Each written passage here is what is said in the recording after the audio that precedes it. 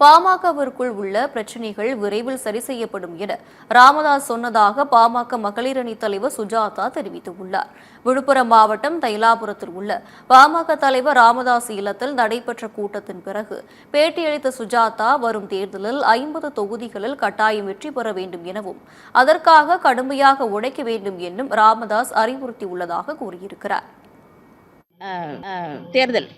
தேர்தலில் கட்டாயம் 50 தொகுதிகள் ஜெயித்தே ஆக வேண்டும்.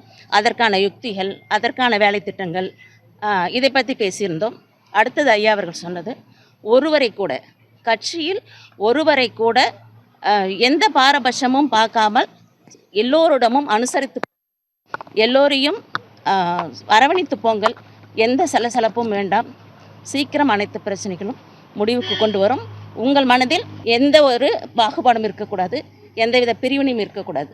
இதை தெளிவாக சொல்லியிருக்காங்க. அதோடு வந்திருக்கோம்.